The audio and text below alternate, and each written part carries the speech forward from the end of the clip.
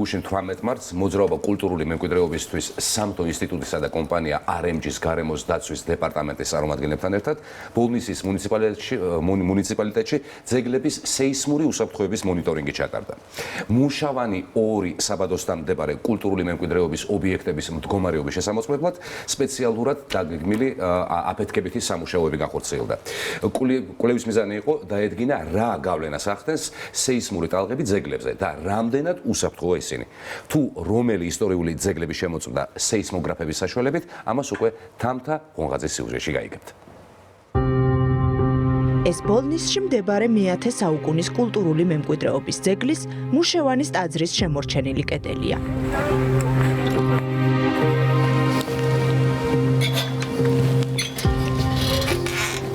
ნაეკლესიარის დასათვალიერებლად მოძრაობა კულტურული მემკვიდრეობისთვის წევრს ნინო ბურჭულაძეს მივყავართ და გვიყვება, როგორ გაიწმინდა ტერიტორია ჯაგნარისგან და როგორ გამოჩნდა კედლის ნანგრევები, სადაც ქართული წარწერები აღმოაჩინეს. მათ შორის ისიც, რომელიც მეცნიერებს აქამდე დაკარგული ეგონათ.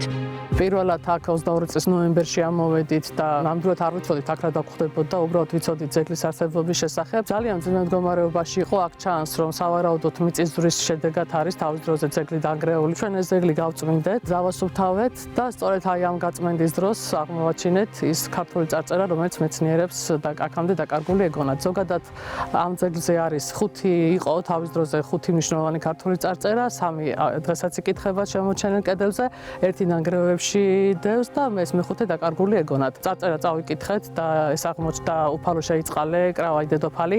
თავიდან ვფიქრობდით, რომ ეს შეიძლება ყოფილიყო კრავაი დავით აღმაშენებლის ასული, მაგრამ მე აღმოჩნდა, რომ ტაძარი უფრო 1 საუკუნით ადრეა აშენებული, ვიდრე თქვათ დავით აღმაშენებლის ქალიშვილი იყო. ნაეკლესიარი მუშევანი 2 საბადოს სამთო წარმოების არეალში მდებარეობს. 2022 წელს აქტივისტების მოთხოვნით მუშევანი 2 საბადოს მფლობელს კომპანია RMG-ს გარემოს დაცვის და სოფლის მეურნეობის სამინისტროს შესაბამის ნებართვაში ძეგლების სეისმო უსაფრთხოების მონიტორინგი პირობად ჩაეწერა. და ის წელიწადში 2-ჯერ ხორციელდება. საწყის ეტაპზე ხდება თვითონ სენსორის დამაგრება, ასევე ეთითება მდებარეობა და ველოდებით უკვე აფეთქების პროცესი. ჩვენ ამას ახლა დავტოვებთ, თუ მოვა აქ სეისმური ტალღა, ამას აუცილებლად დააფიქსირებს და უკვე შემდეგ როცა დავბრუნდებით აფეთქების შემდეგ ნახავთ ამ შედეგს. დაგეგმილი აფეთქებითი სამუშაოებით შემოწმდა რა გავლენას ახდენს სეისმური ტალღები ძეგლებზე. ამჯერად სამთო ინსტიტუტის წარმომადგენლების მიერ სეისმოგრაფები დაიდგა სარბულახშის ეკლესიასთან, მუშევანის მე-10 საუკუნის და გვიანი შუა საუკუნეების ეკლესიების გადარჩენილ ნაწილებთან.